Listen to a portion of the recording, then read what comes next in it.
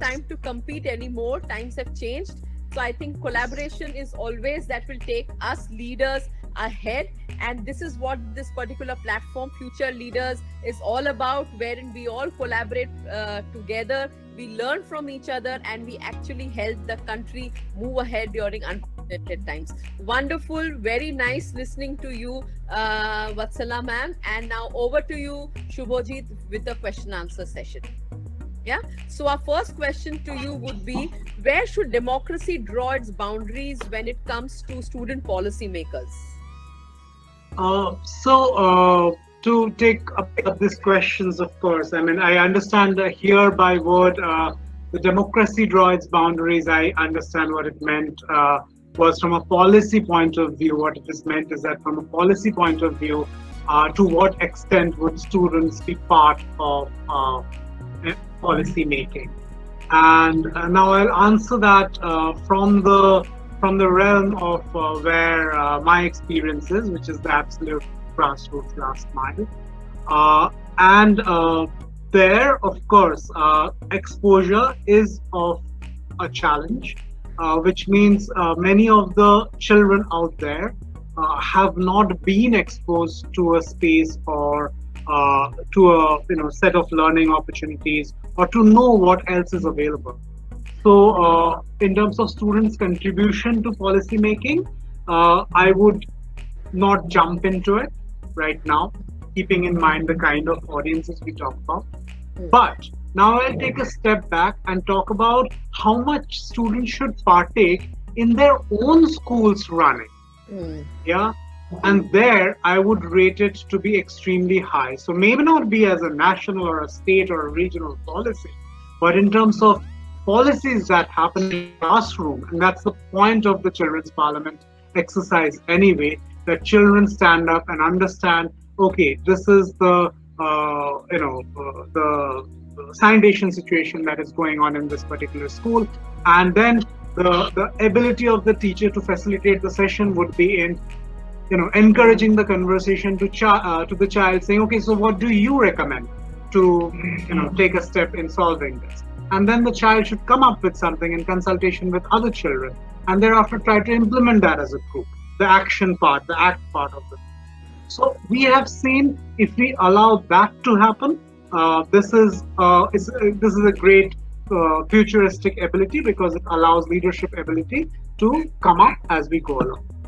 So that's the stance that I have on the first question. Okay. Now the second question says, have we not done too much damage in the name of democracy, not only to the country but also to its education?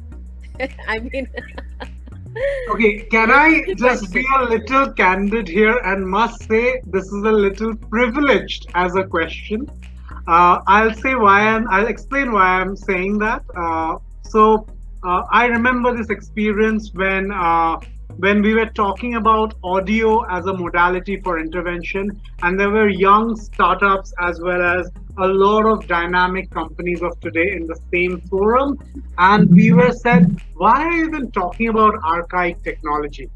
Audio is going to go, the world is going to have telecom, and 4G is going to penetrate, 5G is going to penetrate, right? But the scenario is that as of today, the reality is those are not there. As of today, there are 3.2 crore individuals whose communities would vanish if their economic situations don't improve. So as of today, we need to figure out what is important. Now let me come back to this question. Yes, we can all agree that democracy could be having its own damages. A democratic way of operations can have its own downsides. But as of today, we are in a democratic country. That's not changing in the next 5, 10, 20 years perhaps, unless we come up with a model which is a more, I would say, governance related discussion. At the last mile, this child who needs to partake in the governance that exists today to bring their community out of economic poverty, they need to partake in democracy itself, because that's the available option. So for me, yes, the discussion can happen whether we have done too much damage or not. I can agree to an extent, I can disagree to an extent. It's all gray. That could be an elaborate debate and a fearless educator session in itself.